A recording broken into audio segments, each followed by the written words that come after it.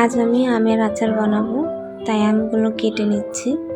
Hello everyone, আসসালামু আলাইকুম। আশা করি সবাই ভালো আছেন।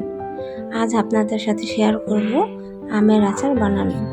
চলেন তাহলে দেখি আমি কিভাবে আমের আচারটা বানাই। আমগুলো সাইজ মতো কেটে নিলাম। কেটে নিয়ে আমি এখন গরম পানির মধ্যে দিয়ে দেব। 1 মিনিট গরম পানির মধ্যে সেদ্ধ করে নেব। তারপর আমগুলো ছেঁকে আমি আধা ঘন্টা শুকাতে দেব, যাতে আমের সাথে কোনো পানি না থাকে। আমের সাথে পানি থাকলে আচারটা নষ্ট হয়ে যাওয়ার সম্ভাবনা থাকে। এরপরে আমগুলো শুকানো হয়ে গেলে আমি আচার বানানোর জন্য কড়াইতে তেল দিয়ে দেব। তেল দিয়ে আমি শুকনো মরিচ দিয়ে দিলাম। তেলের পরিমাণটা আমি একটু বেশি দিয়েছি, যেহেতু এটা তেলের আচার হবে। তারপর আদা বাটা, রসুন বাটা আর সরিষা বাটা দিয়ে দিছি। তারপরে আমি রসুন দিয়ে দেবো আর কি। রসুন দেওয়ার পরে আমি এখানে চিনি দিয়ে দেব।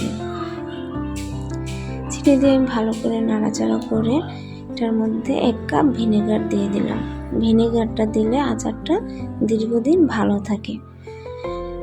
এবার আমি আমগুলো দিয়ে দিলাম। আমগুলো দিয়ে আমি একটু গুঁড়ামরিচ দিয়ে দিলাম, যাতে আমার আচারের কালারটা সুন্দর হয়।